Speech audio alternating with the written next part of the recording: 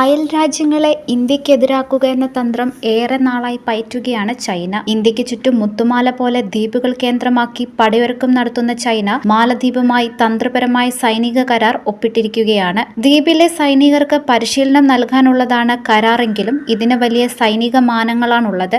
നേരത്തെ ഇന്ത്യ പുറത്ത് എന്ന മുദ്രാവാക്യമുയർത്തിയ മൊയ്സു തിരഞ്ഞെടുപ്പ് ജയിച്ച ഉടനെ ഇന്ത്യൻ സൈനികർ ദ്വീപ് വിട്ടു പോകണമെന്ന് ആവശ്യപ്പെട്ടിരുന്നു. ചൈനയുടെ സ്വാധീനത്തിന് വഴങ്ങിയാണ് പ്രസിഡന്റ് മൊയ്സു നിലപാടുകൾ സ്വീകരിക്കുന്നതെന്ന് പ്രതിപക്ഷം ആരോപിക്കുന്നതിനിടെയാണ് ഇന്ത്യ സ്ഥലം വിടണമെന്ന് ആവശ്യപ്പെട്ടിരിക്കുന്നത്. അതേസമയം മാലദ്വീപ് വിടുന്ന ഇന്ത്യ തൊട്ടടുത്ത് ലക്ഷദ്വീപിൽ അതിശക്തമായ നാവിക താവളം തുറന്നിരിക്കുകയാണ്. INS ജഡായുവിന്റെ നിർമ്മാണവും സിവിലിയൻ വിമാനങ്ങൾക്ക് വന്നുപോകാനുള്ള വിമാനത്താവളവും ചൈനയ്ക്കുള്ള ചുട്ട മറുപടിയാണ്. സിവിലിയൻ വേഷത്തിലുള്ള സൈനികരും പോകണമെന്നാണ് ആവശ്യം. ആകെ 80 സൈനികരെയാണ് ഇന്ത്യ മാലദ്വീപിൽ വിന്യസിച്ചിരിക്കുന്നത്. 10-ന് ശേഷം ഒരു ഇന്ത്യൻ സൈനികനെയും ദ്വീപിൽ തങ്ങാൻ അനുവദിക്കില്ലെന്ന് പ്രസിഡന്റ് മൊയ്സു വീണ്ടും പ്രഖ്യാപിച്ചിരിക്കുകയാണ്. പണ്ട് വിശപ്പ് സഹിക്കാൻ വയ്യാതെ സൂര്യനെ വിഴുങ്ങാൻ ചാടിപ്പുറപ്പെട്ട ഹനുമാനെയാണ് മൊയ്സു അനുസ്മരിപ്പിക്കുന്നത്. മാലദ്വീപിൽ സൈനിക സാന്നിധ്യം അവസാനിപ്പിക്കണമെന്ന് ഇന്ത്യയോട് ആവശ്യപ്പെട്ടതിന് തൊട്ടു പിന്നാലെ പ്രധാനമന്ത്രി നരേന്ദ്രമോദി ലക്ഷദ്വീപിലെത്തിയിരുന്നു. അദ്ദേഹം കടലിൽ കുളിക്കാനിറങ്ങിയതും അതിന്റെ ഫോട്ടോയും വീഡിയോയും എക്സിൽ ഷെയർ ചെയ്തതും അവർക്കുള്ള സന്ദേശവും താക്കീതുമായിരുന്നു. മാലദ്വീപിന്റെ ആകെ വരുമാനമായ $6.5 ദശലക്ഷം 6 ദശലക്ഷവും ടൂറിസം മേഖലയിൽ നിന്നുള്ളതാണ്. മോദിയുടെ കടൽക്കുളി ഇന്ത്യ അവർക്ക് നൽകിയ രാഷ്ട്രീയ സന്ദേശമായി. ഇന്ത്യക്കാർ അങ്ങോട്ടുള്ള യാത്ര റദ്ദാക്കി.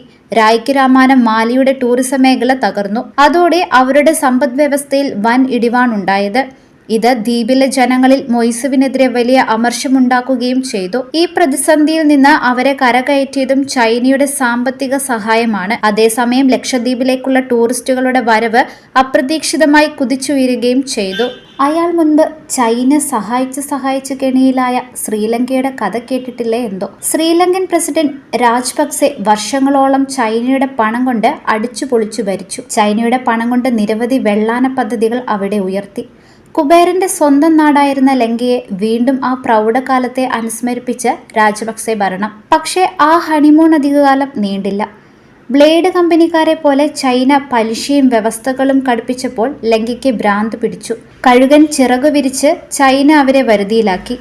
അതോടെ രാജപക്സെയെ ജനങ്ങൾ അധികാരത്തിൽ നിന്നും ആ രാജ്യത്ത് നിന്ന് തന്നെയും തൂത്തെറിഞ്ഞു.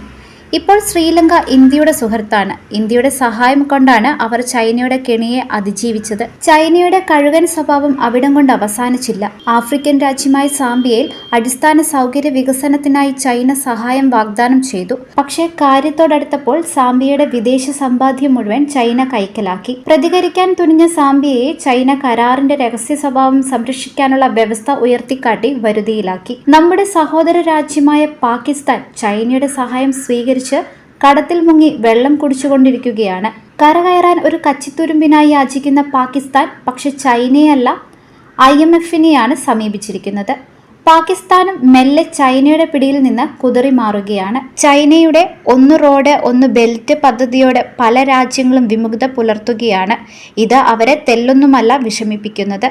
ചൈനയുടെ യുണൈറ്റഡ് ഫ്രണ്ട് വർക്ക് ഡിപ്പാർട്ട്മെന്റിനെ ഉപയോഗിച്ച് മാലദ്വീപിലെ എല്ലാ സ്ഥാപനങ്ങളിലും നുഴഞ്ഞുകയറും. അതാണ് ചൈനയുടെ രീതി. ദ്വീപിൽ സ്വതന്ത്രമായ തിരഞ്ഞെടുപ്പ് നടന്നതുകൊണ്ടാണ് മൊയ്സു അധികാരത്തിൽ വന്നതെന്ന് അയാൾക്കും അറിയാം. പക്ഷേ ജനാധിപത്യ ഭരണകൂടങ്ങളെ വിലക്കെടുക്കുന്ന ചൈനയുടെ അധിനിവേശ സമീപനത്തിൽ അയാൾ വീണുപോയി. തായ്വാനും വിയറ്റ്നാമും ദക്ഷിണ ചൈന സമുദ്രത്തിലെ മറ്റു ദ്വീപ് സമൂഹങ്ങളും ചൈനയുടെ കെണിയിൽ വീണ് വെള്ളം കുടിക്കുന്നതിന്റെ പാഠങ്ങൾ മൊയ്സു അറിയേണ്ടതായിരുന്നു. സ്വന്തം നാടിനെ ഒറ്റുന്നവർക്കുള്ള സമ്മാനം സുഖകരമായിരിക്കില്ലെന്ന് രാജപക്സെയുടെ അനുഭവം പഠിപ്പിക്കുന്നുണ്ട്.